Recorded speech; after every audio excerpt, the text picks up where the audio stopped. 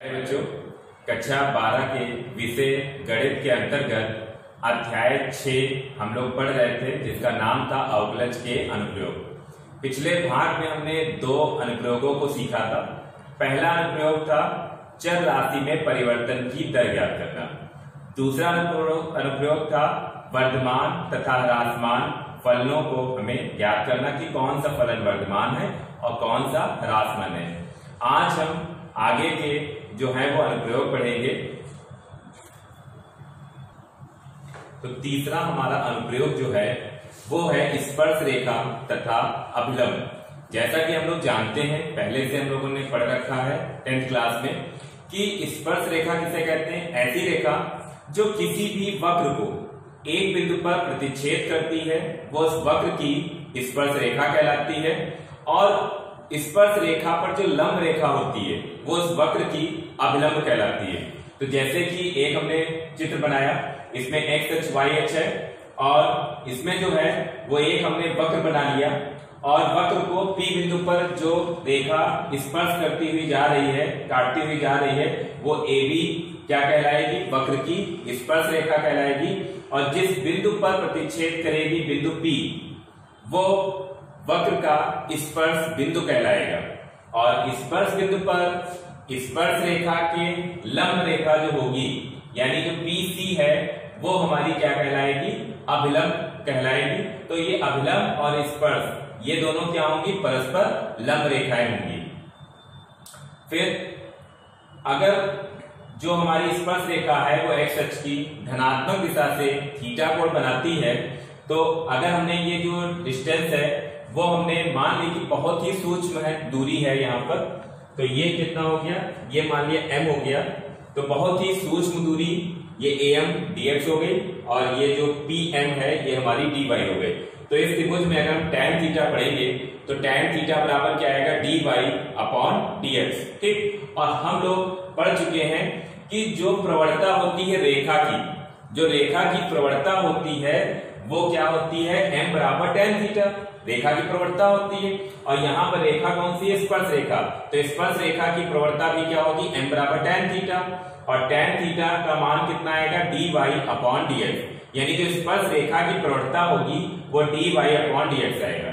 यानी जो वक्र है अगर हम उसका अवकलन कर दें और प्रथम अवकलज ज्ञात कर लें, जो dy dx मिलेगा वो क्या कहलाएगा? स्पर्श रेखा की प्रवणता कहलाएगी। यदि स्पर्श रेखा x अक्ष के समांतर है, ठीक, अगर स्पर्श रेखा x अक्ष के समांतर है तो हम जानते हैं कि अगर समांतर है तो x अक्ष के साथ कोई भी कोण नहीं बनाएगी, तो थीटा कितना हो जाएगा? 0 डिग्री। और प्रवणता क्या होती है? tan theta. तो tan 0 डिग्री कितना होगा? 0। ठीक, तो tan थीटा ही क्या है? प्रवणता, यानी dy dx है। और tan 0 की वैल्यू 0 आई, इसका मतलब dy dx क्या होगा? 0। तो अगर स्पर्श रेखा x अक्ष के समांतर है तो एक प्रतिबंध हमको प्राप्त हो गया कि dy dx क्या होगा? 0, यानी उसकी प्रवणता 0 होगी। यदि स्पर्श रेखा y अक्ष के समांतर है तो अगर वो y अक्ष के समांतर है तो x अक्ष पे लंब होगी, यानी थीटा कितना बनेगा? 90 डिग्री। और tan 90 क्या होगा? इनफिनाइट। ठीक, तो tan जो होगा वही हमारा क्या होगा? dy dx होगा प्रवणता। तो dy dx बराबर क्या हो जाएगा? इनफिनाइट। इनफिनाइट को क्या लिखेंगे? 1/0। पलट देंगे तो dx अपॉन dy बराबर 0/1, यानी कितना आएगा? 0। तो अगर स्पर्श रेखा y अक्ष के समांतर है तो dx अपॉन dy बराबर क्या होगा? 0 होगा। तो यदि स्पर्श रेखा की प्रवणता m हो, यानी स्पर्श रेखा की प्रवणता को हम किससे व्यक्त करेंगे? m से, जो कि dy dx हमें मिलेगा। ठीक, जिस बिंदु पे भी प्रवणता निकाली होगी, जब हम dy dx निकाल लेंगे तो वो बिंदु हम dy dx में रख देंगे तो हमें प्रवणता मिल जाएगी। तो यदि स्पर्श रेखा की प्रवणता m है और स्पर्श बिंदु क्या है? x1, y1, यानी जो स्पर्श बिंदु है वो x1, y1 है, तो स्पर्श रेखा का समीकरण, तो जैसे कि हम लोगों ने कक्षा 11 में सरल रेखा में पढ़ा था कि अगर रेखा की प्रवणता m है और बिंदु x1, y1 दिया गया है तो उसका समीकरण क्या होता है? तो उसी प्रकार से यहाँ पर स्पर्श रेखा भी तो एक रेखा ही है, तो समीकरण क्या हो जाएगा? y माइनस y1 बराबर m ब्रैकेट में x माइनस x1, ये हमारा स्पर्श रेखा का समीकरण हो जाएगा। फिर अभिलंब की प्रवणता। अब अभिलंब का समीकरण कैसे निकालेंगे? तो अभी बताया कि अभिलंब और स्पर्श रेखा दोनों क्या है? परस्पर लंब रेखाएं। और हम लोगों ने कक्षा 11 में पढ़ा है कि अगर दो रेखाएं परस्पर लंब हैं तो उनकी प्रवणताओं का गुणनफल -1 होता है। तो अगर स्पर्श रेखा की प्रवणता m है तो अभी अभिलंब की प्रवणता कितनी हो जाएगी? -1 बटे स्पर्श रेखा की प्रवणता। ठीक, अगर गुणा करें तो कितना आएगा? -1 आएगा। तो अभिलंब की प्रवणता को हम क्या लिख लेंगे? m1 लिख लेंगे, क्योंकि स्पर्श रेखा की प्रवणता को हम m लिख चुके हैं। ठीक, तो अभिलंब की प्रवणता m1 बराबर -1 बटे स्पर्श रेखा की प्रवणता, तो -1 बटे m। स्पर्श रेखा की प्रवणता कितनी है? m। तो इस तरीके से हम अभिलंब की प्रवणता निकाल लेंगे। और उसके बाद अभिलंब का समीकरण, तो अभिलंब भी एक सरल रेखा है। और देखिए स्पर्श बिंदु दोनों के लिए एक ही होते हैं, स्पर्श रेखा और अभिलंब। अभी चित्र में आपको दिखाया कि स्पर्श रेखा और अभिलंब एक ही बिंदु पर मिलते हैं और वही स्पर्श बिंदु कहलाता है। तो बिंदु x1 y1 ही रहेंगे, केवल प्रवणता बदल जाएगी। तो अभिलंब का समीकरण हो जाएगा y माइनस y1 बराबर m1 ब्रैकेट में x माइनस x1। प्रश्न देखते हैं। तो प्रश्न दिया है वक्र y बराबर x की घात 3 माइनस 3x प्लस 2 की स्पर्श रेखा का समीकरण x बराबर 2 पर ज्ञात कीजिए। तो x बराबर 2 पर वक्र की स्पर्श रेखा का समीकरण ज्ञात करना है। तो सबसे पहला काम है कि स्पर्श बिंदु निकालना। तो स्पर्श बिंदु क्या होता है? x, y। तो x का तो मान दिया गया है 2, y का मान नहीं दिया गया है। स्पर्श बिंदु वक्र पर स्थित होते हैं, तो जो वक्र की समीकरण है इसको संतुष्ट करेंगे। तो जो वक्र की समीकरण दी गई है इसमें x बराबर 2 रखेंगे, इसे हल करेंगे तो y का मान कितना आ जाएगा? 4। तो स्पर्श बिंदु हो जाएंगे x, y, यानी 2, 4। ये स्पर्श बिंदु मिल गए। उसके बाद हमें क्या निकालनी है? प्रवणता। स्पर्श बिंदु मिल गए, अब प्रवणता निकालेंगे तब समीकरण हम निकाल सकते हैं। तो प्रवणता निकालने के लिए जो y बराबर x³ माइनस 3x प्लस 2 ये वक्र की समीकरण दी गई है, इसका अवकलन कर देंगे तो हो जाएगा 3x² माइनस 3। ये d/dx आया, किस बिंदु पे निकालना है? 2, 4 पे। तो d/dx में x के 2, y के 4 रखेंगे। तो इसमें y तो है नहीं, तो केवल x के 2 रख देंगे और d/dx कितना मिल जाएगा? 9।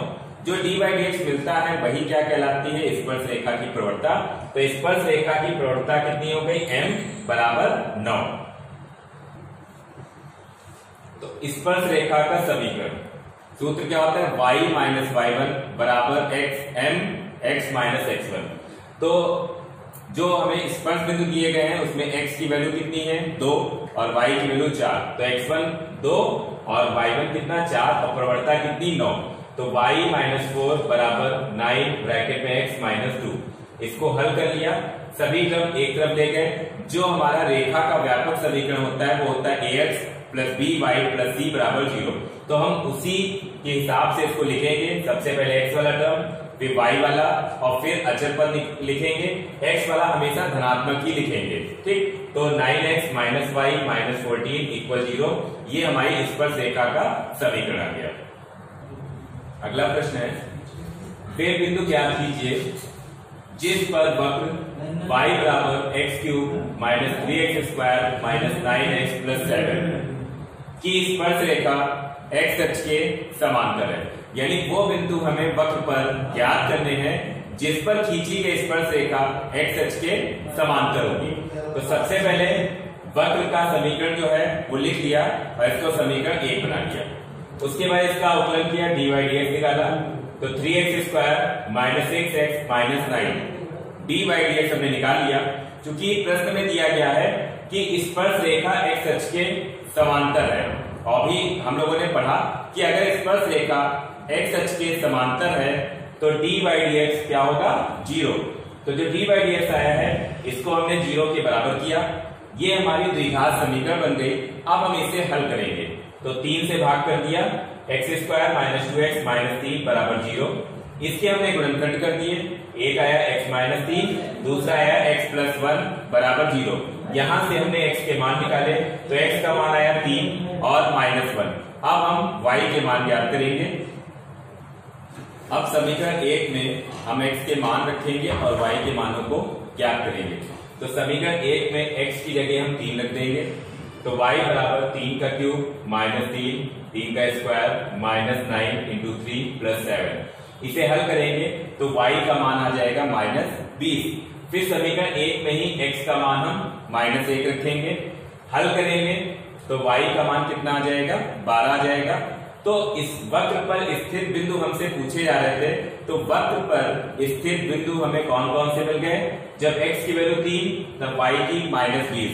तो पहला बिंदु मिल गया 3 का मान माइनस 20, तथा दूसरा बिंदु जब x की वैल्यू -1 और y की वैल्यू तब क्या मिली 12, तो दूसरा बिंदु हो गया -1 का मान 12। तो वक्र पर स्थित बिंदु हमें ज्ञात हो गए। अगला प्रश्न है, वक्र y बराबर x square minus 2x plus 7 की स्पर्श रेखा का समीकरण ज्ञात कीजिए जो रेखा 2x माइनस y प्लस 9 बराबर 0 के समांतर है। यानी अब जो स्पर्श रेखा का समीकरण ज्ञात करना है, वो स्पर्श रेखा जो है वो एक दी गई रेखा के समांतर है। वक्र का समीकरण जो है वो हमने लिखा, हमने इसका अवकलन किया, dy dx निकाला, तो कितना हो गया 2x माइनस 2।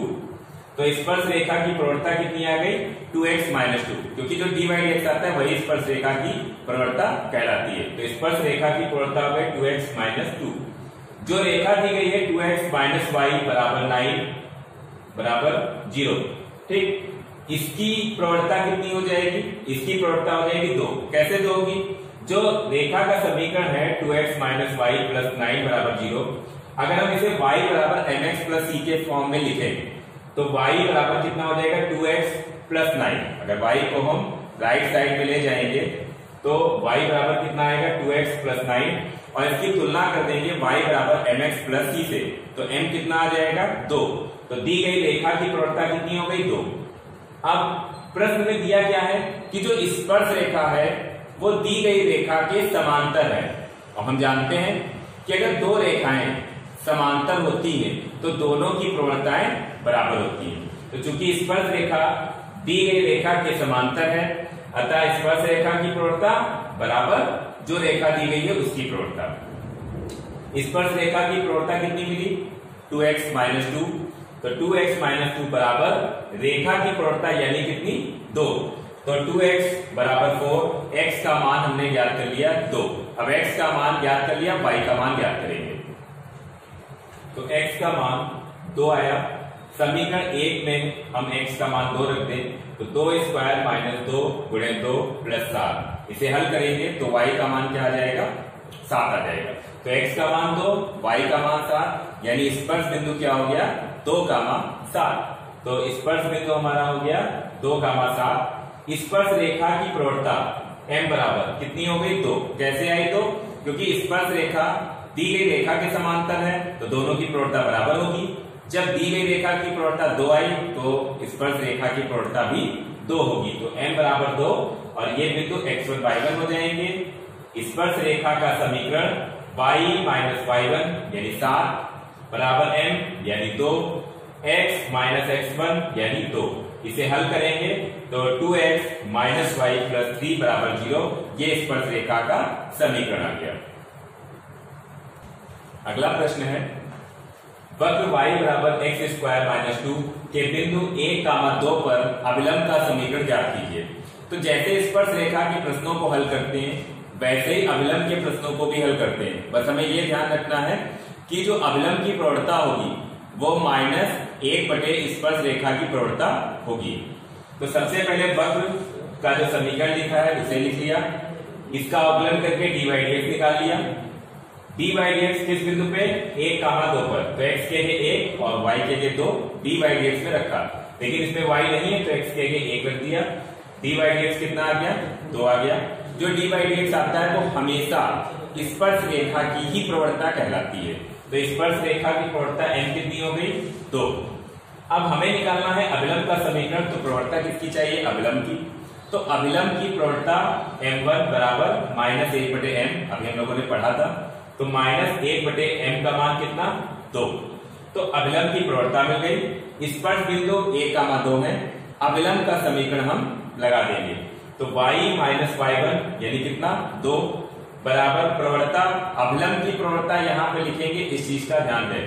तो अवलंब की प्रवणता कितनी -1/2, x माइनस x1 का मान कितना 1, तिरछी गुणा करी और सारे टर्म एक तरफ लेकर आए तो x प्लस 2y माइनस 5 बराबर 0। तो यहाँ पर हमारा स्पर्श रेखा और अवलंब जो था वो समाप्त होता है। अब हम लोग अगला अनुप्रयोग पढ़ेंगे। अगला अनुप्रयोग है हमारा 4th, सन्निकटन। अब सन्निकटन का मतलब क्या है कि जैसे कि हम लोग कैलकुलेशन करते हैं, गुणा भाग करते हैं, जिसमें पॉइंट में बहुत ज्यादा गुणा भाग होती, तो हम क्या करते हैं कि दशमलव के बाद केवल 3 अंकों तक हम मान लिखते हैं।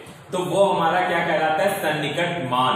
जैसे कि हम लोगों ने वर्गमूल घनमूल ज्ञात करना छोटे क्लासों में सीखा है, तो वहां पर क्या करते थे कि दशमलव के 3 स्थानों तक वर्गमूल निकालते थे। निकलेगा आगे भी, लेकिन आगे निकालने की जरूरत नहीं पड़ती है, केवल दशमलव के 3 स्थानों तक। तो वो क्या कहलाता है, सन्निकट मान। यानी जो उसका मान होता है वो पूरा नहीं होता है, लेकिन वो सन्निकट होता है। पॉइंट के बाद 4वें स्थान में जाके थोड़ा बहुत अंतर आ सकता है। तो इस तरीके के प्रश्नों को यहाँ पर हम हल करेंगे, जिसमें हम इस वर्गमूल घनमूल या कोई भी किसी भी नंबर की घात दी गई है तो उसका मान हम कैसे निकालेंगे, जो कि हम साधारण तरीके से नहीं निकाल सकते।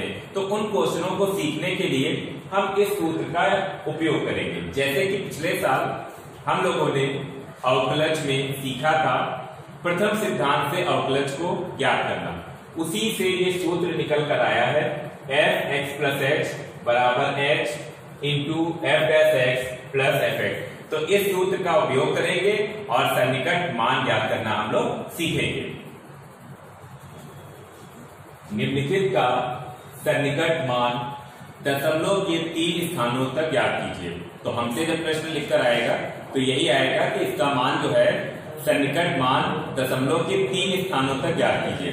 तो सबसे पहले हम सीखेंगे कि वर्गमूल जो है वो किस तरीके से हम निकाल सकते हैं, बहुत ही आसानी। एक तो वर्गमूल निकालने का तरीका हम लोगों ने छोटे क्लासों में सीखा है भाग के द्वारा। आज हम लोग ये तरीका सीखेंगे और बहुत ही आसानी से यहाँ पर निकल आएगा बगैर ज्यादा गुणा भाग के। तो सबसे पहले क्या है, क्वेश्चन है √25.3। तो 25.3 का वर्गमूल हमें ज्ञात करना है। तो सबसे पहले यहाँ पर हमें फलन को मानना पड़ेगा। तो f(x) मान लेंगे, कितना मानेंगे, जो भी टर्म दिया है, जो भी नंबर है, इसको x मान लेंगे। अगर पावर लगी है तो पावर लगी रहेगी जो भी है। जैसे अगर यहाँ लिखा होता 25.3 की घात 1/2, तो हो जाता x की घात 1/2, यानी जो आधार लिखा है उसको हम x मानेंगे और जो पावर है वो लगी रहने देंगे। तो यहाँ पर फलन क्या हो जाएगा, √x, यानी इसके लिए x और रूट लगा रहने दिया, तो फलन हो गया √x। अब इसका अवकलन करेंगे तो f'(x) क्या होगा, √x का अवकलन क्या होता है, 1/2√x। फिर x क्या मानेंगे, x क्या मानेंगे, ये चीज हमको ध्यान रखनी है। यहां पर हम निकालना है वर्गमूल। तो 25.3 के आसपास, यानी 25 से आगे या 25.3 से पीछे ऐसा नंबर, यानी ऐसी संख्या जिसका वर्गमूल हम जानते हैं। तो वर्गमूल जानने का मतलब ये नहीं है कि 2 का वर्गमूल जानते हैं 1.414 होता है। जानने का मतलब है कि वो एक प्राकृतिक संख्या होती है। तो हम जानते हैं कि 25 का वर्गमूल 5 होता है, तो x को क्या मान लेंगे, 25, यानी इसके आसपास ऐसा नंबर जिसका वर्गमूल जानते हैं वो x मानेंगे। तो 25 का हम जानते हैं, तो x का मान क्या हो जाएगा, 25। अब इसमें से हम इसको घटा देंगे, 25.3 से 25 घटा देंगे, x मिल जाएगा, यानी 0.3। यानी इनको जोड़ने पर हमें यही संख्या मिलनी चाहिए। ठीक, अब जो सूत्र अभी हमने पढ़ा, इस सूत्र में हम सबके मान रखेंगे। तो x का मान रखेंगे 25, h का मान रखेंगे 0.3 और f'(x) का मान 1/2√x और f(x) का मान √x। ठीक, मान हमने रखा। ये हमारा 2 से 0.3 कैंसिल हो गया, 0.15 आ गया। यहाँ x का मान रखा, h का मान रखा, इन्हें जोड़ के लिख दिया 25.3। अब x का मान रख दिया हमने 25 और 25 का वर्गमूल हम जानते हैं कितना होता है, 5 होता है। तो 0.15 इंटू 1 अपॉन कितना 5 और प्लस इसका भी कितना होगा 5। 5 से 0.15 को कैंसिल किया तो 0.03 आया और वो कितना है 5, दोनों को जोड़ दिया 5.03। ये क्या था fx। जब यहाँ x था तो यहाँ x है, जब यहाँ पर x है तो यहाँ पर भी x है। तो जब यहाँ पर 25.3 होगा तो क्या हो जाएगा √25.3। तो √25.3 का मान क्या आया 5.03। तो इस तरीके से हम वर्गमूल देखें कितनी आसानी से निकाल लिया। ठीक, तो दशमलव के 3 अंकों तक यहाँ पर पूरा भाग हो गया है, इसलिए दशमलव के बाद 2 ही अंक आए। लेकिन अगर पूरा भाग नहीं होगा तो दशमलव के बाद केवल 3 ही अंकों तक हम ज्ञात करेंगे। अगला प्रश्न है 26 की घात 1/3। एक घात 1/3 का मतलब होता है घनमूल ज्ञात करना। ठीक, तो अब हम घनमूल ज्ञात करेंगे। तो सबसे पहला काम फलन को मानेंगे। fx बराबर, तो 26 की घात 1/3 है, तो अभी मैंने बताया कि घात लगी रहने दें और जो बेस है यानी जो आधार है उसकी एक x लिख लें। तो इसकी एक x लिख लेंगे, x की घात 1/3। तो फलन हो गया x की घात 1/3। इसका अवकलन करेंगे तो f' कितना आएगा 1/3 x की घात 2/3। यह अवकलन करने पर हमको मिला। अब x का मान क्या रखेंगे, यहां पर बहुत ध्यान से समझना है कि x हम कैसे पता लगाते हैं। घात कितनी है 1/3, घात के बटे में कितना लिखा है 3। ठीक, तो 3 घात के बटे में लिखा है। यहां पर संख्या क्या लिखी 26, तो 26 के आसपास यानी 26 के आगे या 26 के पीछे ऐसी संख्या जिसको हम घात 3 में लिख सकते हैं। ठीक, क्यों ऐसा करते हैं, क्योंकि जब ये बटे में घात 3 है और ऊपर भी घात 3 होगी तब घात हमारी जो है वो कैंसिल हो जाएगी। तो 26 के आसपास ऐसी संख्या जिसको हम घात 3 में लिख सकते हैं तो कौन सी होगी 27। 27 को हम 3 की घात 3 लिख सकते हैं। तो x का मान हो गया 27 और इसमें से इसको घटा देंगे तो 26 में से 27 घटाएंगे माइनस का 1, ये x का मान हो गया। अगर ये फलन सीख लिया कि कैसे मानते हैं और ये x का मान सीख लिया तो आगे कुछ नहीं करना है, केवल सिंपल सी गुणा भाग हमारी है। अब जो सूत्र है उसमें हम x और h का मान रखेंगे। तो x का मान 27, h का मान यहां पर h का मान रखा, यहां f' का मान 1/3 x की घात 2/3 प्लस fx का मान x की घात 1/3 रखा। ये हो गया 26। फिर x का मान कितना है 27 रखा, वहां भी रखा। तो 27 को क्या लिखेंगे 3 की घात 3। तो 3 की घात 3 लिखा हमने 27 को। ये 3 की घात 3 है और यहाँ घात 2/3 है। घात की घात गुणा कर जाती है तो ये 3 से 3 कैंसिल हो गया, 3 की घात 2 और 3 की घात 2 कितना मिलेगा हमें 9 मिलेगा। 9 की 3 से गुणा कर देंगे कितना मिलेगा 27, तो माइनस 1/27 और इसमें घात 3 कैंसिल हो जाएगी, कितना बचेगा 3 की घात 1 यानी 3। हम इसे यहाँ पर एलसीएम लेंगे तो कितना आएगा 80/27 और इसको भाग करेंगे और दशमलव के 3 अंकों तक ही आंसर लिखेंगे। तो 2.963 ये हमारा 26 का घनमूल हो जाएगा। और हम जानते हैं कि ये हमारा आंसर सही है। कैसे 27 का घनमूल 3 होता, ये 27 से थोड़ा सा कम है, इसलिए जो घनमूल आएगा वो भी थोड़ा सा कम आएगा, तो 3 से थोड़ा सा कम है। तो इस तरीके से हम घनमूल भी ज्ञात कर सकते हैं। तो अगला प्रश्न हमारा है 3.968 की घात 3/2। तो यहां पर फलन क्या मानेंगे, इसके लिए x लिखेंगे तो फलन हो जाएगा x की घात 3/2 यानी जो घात है वो लगी रहेगी, आधार में खाली x लिखना है। तो x की घात 3/2 इसका अवकलन करेंगे तो f' कितना आ जाएगा 3/2 x की घात 1/2 और x की घात 1/2 का अंतर क्या है √x, तो 3/2 √x। x का मान क्या लिखेंगे ये अब हमको ध्यान से समझना है। घात कितनी है 3/2, घात के अपॉन में कितना लिखा है 2, तो 3.968 के आसपास ऐसी संख्या जिसको हम घात 2 में लिख सकते हैं। तो कौन सी हुई 4। ठीक, 4 को हम 2 की घात 2 लिख सकते हैं। तो x का मान हो गया 4। अब 3.968 से 4 को घटा देंगे तो h का मान मिल जाएगा माइनस का 0.032। अब जो सूत्र है उसको हम लगाएंगे, इसमें x का मान और h का मान रखेंगे, f' का मान रखेंगे 3/2 √x और fx का मान रखेंगे x की घात 3/2। 2। ये 2 से 0.032 कैंसिल हो जाएगा तो 0.016 बचेगा, ठीक। और इसकी 3 से गुणा हो जाएगी तो ये कितना हो जाएगा 0.048।